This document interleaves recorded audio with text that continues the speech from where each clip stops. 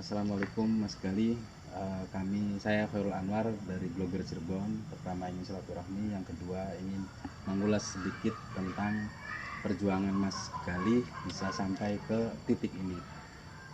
Pertama, bisa perkenalkan sekilas biodata Mas Gali, terutama riwayat pendidikan. Oke, Assalamualaikum warahmatullahi wabarakatuh. Perkenalkan, nama saya Gali Suci Pratama. Saya lahir di Banjarnegara pada tanggal 27 Maret 1991, dan saat ini saya menjadi guru di SD Negeri Sekaran 02 Kota Semarang. Riwayat pendidikan saya pada waktu SD sampai dengan SMA saya habiskan di Banjarnegara, dan S1 saya ngambil jurusan PGSD di Universitas Negeri Semarang, dan S2 saya juga ngambil di PGSD di Universitas Negeri Semarang.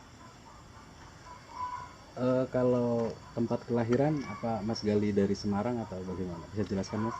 Untuk kelahiran, saya lahir di Banjarnegara, tetapi mulai tahun 2009 karena saya berkuliah di Kota Semarang, kemudian saya kuliah di Kota Semarang. Setelah kuliah, kemudian kebetulan saya mendapatkan istri di Gunung Patini di Kota Semarang juga. Akhirnya saya menetap sekarang di Kota Semarang.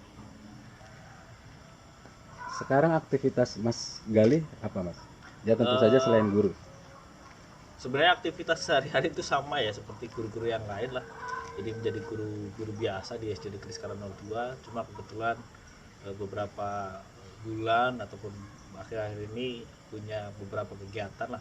Selain menjadi guru, kita juga sedang berusaha untuk mengembangkan, yaitu tentang pengembangan konten YouTube pembelajaran SD Kota Semarang, yang harapan kami itu bisa menjadi sarana untuk meningkatkan kualitas pembelajaran di masa pandemi ini. Walaupun melalui daring, tapi pembelajaran tetap berkualitas, dan semoga apa yang sudah kita hasilkan melalui video pembelajaran daring itu bisa bermanfaat untuk guru-guru ataupun lingkungan sekitar. Bisa jelaskan sedikit tentang konsep pembelajaran via YouTube Mas? Saya akan memulai konsep itu dari latar belakang. Jadi memang pada awalnya saya dan rekan-rekan itu pada bulan Februari kan ada pandemi, dan kami melihat ada sebuah kegagapan yang kemudian dilakukan oleh guru-guru di Kota Semarang atau bahkan di seluruh Indonesia, karena konsep pembelajaran yang tadinya tatap muka perlu berubah secara cepat dan secara tiba-tiba menggunakan pembelajaran daring. Oleh sebab itu kita melihat perlu adanya sebuah pelatihan untuk bagaimana mengenalkan pembelajaran daring itu secara lebih komprehensif.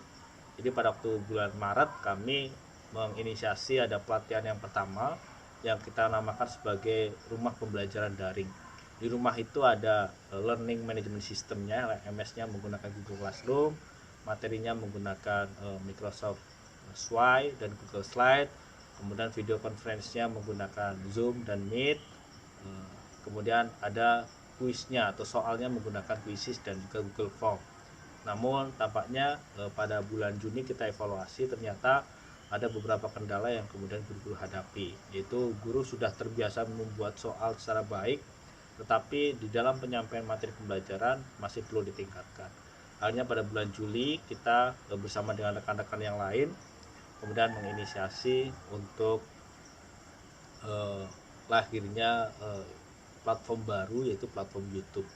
Platform YouTube ini kami pilih karena platform YouTube menjadi platform yang sudah dikenal oleh banyak orang dan ini mudah digunakan, dan platform YouTube ini bisa digunakan kapan saja dan di mana saja, karena hasil evaluasi kami pun menunjukkan bahwa hampir semua siswa itu tidak mempunyai HP.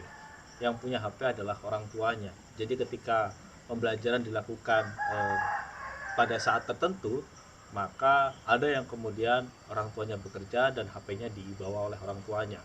Jadi kalau menggunakan YouTube ini lebih fleksibel karena kapan saja dan di mana saja bisa digunakan. Akhirnya kita menggunakan platform YouTube ini sebagai langkah tahapan selanjutnya di dalam pelatihan kami. Dan di dalam pelatihan itu pun kami mengenalkan ada 3 komponen. Yang pertama adalah tentang pembuatan storyline, yang disitu muat ada materi pembelajaran dan yang lainnya. Kemudian yang kedua tentang kita mengenalkan alat-alat pengambilan video, dan yang ketiga sampai ke editing video. Dan proses setelah kita melakukan pelatihan itu pun kita lanjutkan dengan proses pembuatan. Nah, setelah pembuatan jadi, kita validasi agar video-video yang kemudian kita terbitkan sesuai dengan standar yang ada di dalam tim kami. Salah satu standar yang paling penting adalah jangan sampai kemudian video dari kami menyinggung sara, politik, merek dagang dan yang lainnya.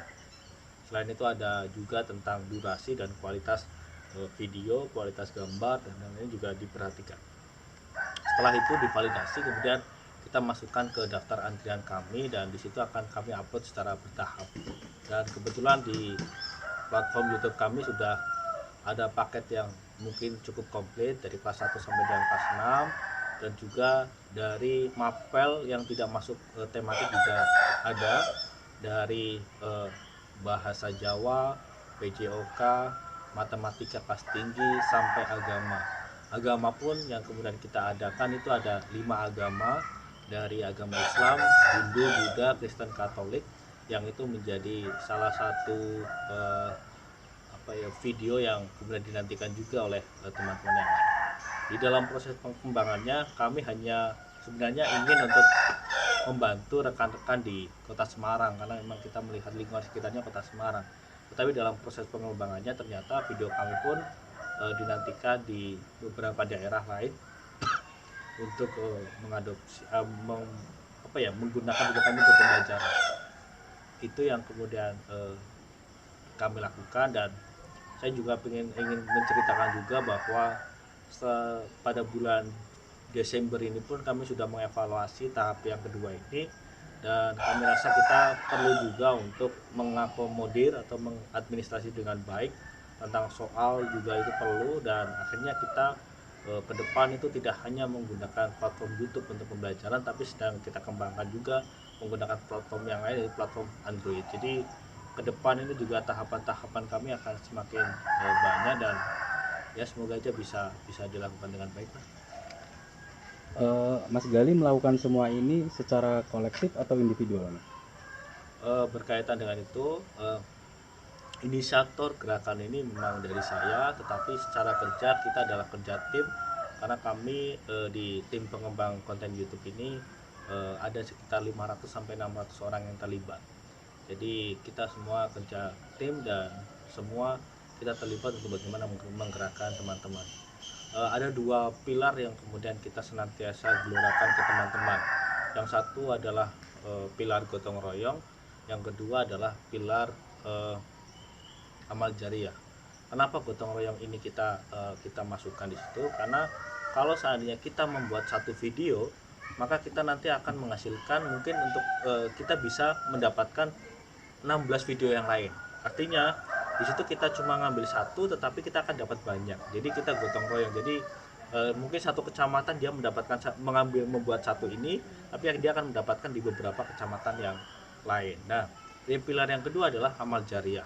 Ketika kita membuat satu buah kebaikan, dan kebaikan itu bisa dirasakan oleh banyak orang, dan itu akan menjadi satu kebaikan juga buat kita. Apalagi ketika kebaikan yang sudah kita ajarkan kepada orang tersebut diambil oleh orang tersebut dan diamalkan juga, itu jadi satu kebaikan. Nah, inilah yang kemudian kita konsepkan bahwa di dalam masa pandemi ini kita terus bergerak dengan cara gotong royong dan juga amal jariah. Oke, Mas, dampak signifikan apa sih, dampak positif apa yang sudah dirasakan oleh masyarakat, terutama kalangan pendidikan, dengan adanya program yang Mas inisiatori ini? Berkaitan dengan dampak, alhamdulillah pada waktu kemarin kami juga mendapatkan berbagai macam WA yang isinya ucapan terima kasih dari beberapa rekan guru, terutama guru-guru senior yang kemudian merasa kesulitan untuk mengembangkan platform pembelajaran daring ini. Kami mengatakan platform ini bukan platform utama di dalam pembelajaran, tetapi platform ini sebagai suplemen tambahan untuk pembelajaran di sekolah. Tetapi pada kenyataannya memang ada beberapa yang kemudian guru yang sangat terbantu dengan pembelajaran daring ini, terutama yang guru senior tadi. Jadi mungkin ini bisa menjadi manfaat buat kita bersama, apalagi video-video yang kemudian ada pun ketika kita share ke berbagai macam grup WhatsApp, ternyata juga mereka juga memberikan hal yang positif dan juga menantikan juga video-video dari kami itu. Jadi semoga apa yang kita lakukan ya berdampak positif lah untuk lingkungan sekitar. Konon katanya program sampean sampai menginspirasi Malaysia dan Filipina. Bisa diceritakan, Mas? Jadi program kami memang kalau menginspirasi itu mungkin nanti bisa ditanyakan kembali. Cuma menjadi referensi, salah satu referensi, karena di Malaysia dan di Davao kan punya platform sendiri yang kemudian dia kembangkan, tetapi dia bisa menjadikan video kami sebagai salah satu referensi untuk pembelajaran yang dia lakukan, begitu. Oke. Mas, selama mengeksekusi program ini apa aja sih hambatannya, Mas? Kalau hambatan kami di dalam proses ini, satu memang di dalam proses melatih guru itu, walaupun secara daring dan juga secara luring, itu memang butuh proses tahapan yang cukup banyak ya, cukup besar. Jadi tidak kemudian serta-merta satu kali pelatihan akan jadi, dan kita juga butuh monitoring juga di tim-tim kecamatan apakah kemudian dia tidak ada kendala atau tidak. Itu jadi hambatan melatih guru ya perlu kesabaran itu. Dan yang kedua mungkin ya karena kita keterbatasan sarana ya, apa yang kemudian kita hasilkan video itu ya menggunakan apa yang ada di dalam teman-teman itu. Adanya HP kita menggunakan HP, adanya buku kita tumbuk-tumbuk buku, adanya mungkin clip on yang biasa, clip on biasa. Tapi walaupun alatnya sederhana, tetapi kita mempunyai standar-standar yang kemudian perlu kita perhatikan juga. Jadi itu yang kemudian dari kami. Kami dengar Mas ini termasuk salah satu penulis buku yang produktif. Bisa sebutkan beberapa judul buku yang pernah sampean tulis, Mas? Buku sebenarnya saya mengawali menulis itu dari artikel yang populer ya. Jadi dari berbagai macam koran yang ada di Jawa Tengah ini, ataupun di Jawa Tengah terutama di Suara Merdeka, Wawasan, Tribun, itu yang biasa kita tulis. Kemudian karena kita senang menulis di situ, dulu juga sempat mendapatkan beberapa penghasilan dari situ juga. Tetapi dalam prosesnya ternyata tulisan saya itu juga terkumpul akhirnya kita buku yang pertama kemudian saya terbitkan itu namanya buku Guruku Bukan Gurauan. Jadi itu kumpulan gagasan saya tentang pendidikan yang saya himpun jadi satu, dan itu jadi Guruku Bukan Gurauan. Selebihnya saya juga mengembangkan di buku-buku yang lain seperti pengembangan media baskom, jadi buku saku komik, dan juga ada lagi tentang komik yang lain juga. Jadi kebanyakan memang buku-buku selanjutnya itu saya mengarah kepada ranah ke media-media pembelajaran yang saya buat dan kemudian saya dokumentasikan dan saya tuliskan bagaimana caranya, bagaimana pembuatannya segala macam, itu saya juga mengarah ke situ. Jadi sampai detik ini mungkin ada sekitar 5 buku ya kemudian yang saya tulis itu. Cuma saya lebih suka sebenarnya lebih menulis ke artikel yang populer ya, lebih mengkritisi kebijakan, kemudian menggagas sesuatu yang besar. Itu yang udah saya suka itu di sini. Bisa dibuka sedikit, Mas, penghargaan apa aja sih yang sudah diraih oleh Mas Galih? Kalau penghargaan ya, kalau di tingkat kota mungkin ya ada lomba PTK ya juara 3, kemudian menerima penghargaan insan berprestasi dari Pak Wali Kota itu udah 2 tahun ya, 2016 2017, kemudian yang lain. Cuma kalau yang di tataran nasional kebetulan kami juga mengumpulkan ada berapa ya, jadi juara artikel pendidikan keluarga tahun 2017, artikel pendidikan keluarga juga di Kemdikbud juga tahun 2018. Kemudian ada lomba feature itu tahun 2017 juga juara 2 nasional juga. Kemudian apa ya? Ya mungkin berikutan dengan itu artikel 5 populer. Jadi ada beberapa lomba tentang artikel 5 populer yang kemudian bisa ya dapat juara itu. Bisa sedikit ceritain, Mas, tentang di balik layar keikutsertaan sampean ke Satu Indonesia Award, Mas? Sebenarnya kita kan program itu mulai bulan Maret, dan saya mengetahui ada Astra itu H-2. Jadi tenggang waktunya itu H-2 baru tahu ternyata ada lomba Astra ini, dan akhirnya di H-2 itu ya saya cuma berusaha untuk menceritakan apa yang sedang saya lakukan dan apa yang ingin saya lakukan ke depannya. Jadi saya cuma bercerita itu saja, saya tulis, dan mungkin itu Dewan Juri cukup senang dengan apa yang saya tulis. Dan setelah saya tulis pun itu ada mungkin seleksi administrasi, kemudian kita lolos, kemudian ada wawancara dengan pihak Tempo karena panitianya bekerjasama dengan Tempo. Kita wawancara dulu dengan wartawannya Tempo. Setelah dengan wartawan Tempo kemudian ada validasi di situ ada dari tim panitia, dan ada videografer dan juga fotografer juga yang kemudian ke lapangan, ke rumah saya, ke sekolah saya, ke tim saya, semua memvalidasi tentang apa yang saya lakukan.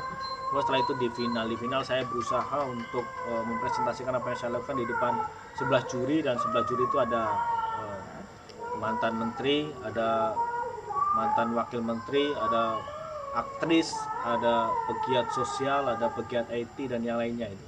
Jadi saya berusaha mempresentasikan di situ, dan mungkin kemudian dianggap dengan bagus, itulah kemudian dapat juara ini. Tapi jujur saja saya tidak ketika mengawal ini saya tidak mengharapkan kemudian ikut itu, tidak, karena memang saya mengawali ini tuh ya untuk membantu teman-teman saja, dan kemudian ketika ada ini ya mungkin ini sebagai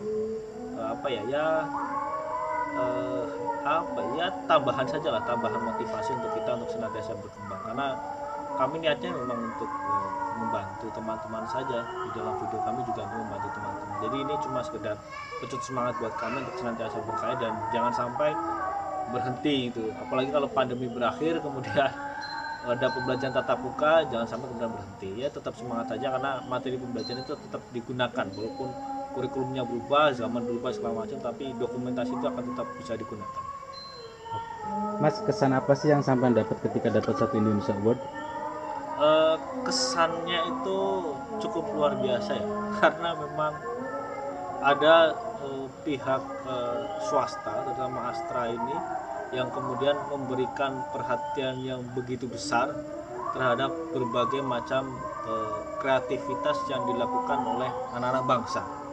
Jadi kesan itu yang muncul pertama kali saya menerima ini. Artinya ketika teman-teman mungkin di rumah ataupun dimanapun sedang melakukan aktivitas apapun, sudahlah kerjakan saja, tidak usah berpikir banyak itu, karena ketika kita berpikir positif, niatnya baik, selalu juga ada jalan kebaikan-baikan. Karena ya salah satunya di Astra ini tiba-tiba ada seperti ini juga, saya juga tidak begitu berniat sebenarnya, dari awalnya tidak meniatkan ini, tapi tiba-tiba setelah ditunjukkan jalan akhirnya bisa dapat ini. Jadi ya cukup bahagia, cukup senang, cukup bangga, cukup haru juga, karena ini kerja keras bukan saya saja ya, bukan individu saya saja, tapi teman-teman saya yang terlibat di tim ini juga ikut kerja keras semua. Program apa sih Mas yang sedang disiapkan untuk kedepannya? Jadi setelah tahapan ini kita sudah melakukan evaluasi pada bulan Desember ini, dan kita sudah merencanakan program di bulan Januari sampai dengan Juni ke depan, dan semoga bisa tidak ada kendala. Yang salah satunya adalah kita tetap mengembangkan platform YouTube sebagai gagasan utama kita, dan hasil evaluasinya itu kita ingin mendokumentasikan atau mengorganisir secara baik tentang soal, tentang kuis, tentang yang lainnya juga, agar menjadi satu hal yang kemudian lebih terdokumentasi dengan baik lah. Salah satunya menggunakan platform Android. Jadi nanti kita akan selain menggunakan YouTube, kita juga akan mengembangkan Android. Tapi ya memang gagasan besar saya ke depan yang paling tidak menjadi media pendidikan referensi di nasional itu.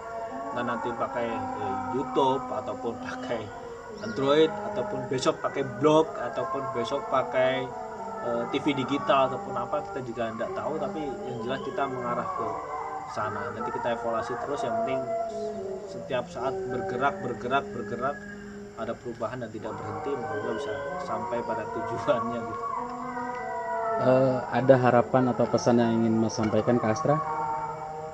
Harapan saya momen yang baik ini, hal yang baik ini perlu untuk terus dilakukan, karena mungkin ada banyak pejuang-pejuang yang luar biasa yang tidak terlihat melalui layar kaca, tetapi dia sudah bergerak dan bisa bermanfaat untuk lingkungan sekitarnya. Jadi Semoga apresiasi ini tetap berlanjut dan tetap ada terus dan menjadi inspirasi untuk bergerak bagi kawan-kawan di daerah, kawan-kawan di pelosok desa yang senantiasa bergerak positif lah untuk membangun negeri melalui jalannya masing-masing. Siap. Terakhir Mas, closing statement, pesan untuk anak-anak muda supaya bisa kreatif dan produktif seperti Mas. Kalau pesan untuk anak muda sebenarnya simple ya, peka saja lah. Peka itu maknanya dalam artinya peka itu kita melihat kondisi lingkungan sekitar itu seperti apa, dan kemudian kita berusaha untuk menggali sesuatu dan berperan di lingkungan sekitar tersebut menjadi solusi ya itu. Jadi kalau kepekaan sosial itu sudah ada di dalam setiap diri anak muda, saya yakin bangsa ini pun akan semakin bergerak cepat untuk maju. Jadi pesan moral yang paling mungkin menurut saya pas lah, itu peka terhadap lingkungan sosial. Apa kendalanya, apa masalahnya dengan sosial, anak muda seharusnya dan selayaknya itu hadir, berada di tengah-tengah itu, dan kemudian menjadi salah satu pengambil solusi untuk perbaikan bangsa dan kemajuan bangsa ke depannya. Itu aja Mas. Oke, terima kasih banyak Mas Gali. Sukses selalu untuk Mas Gali. Suci Pratama.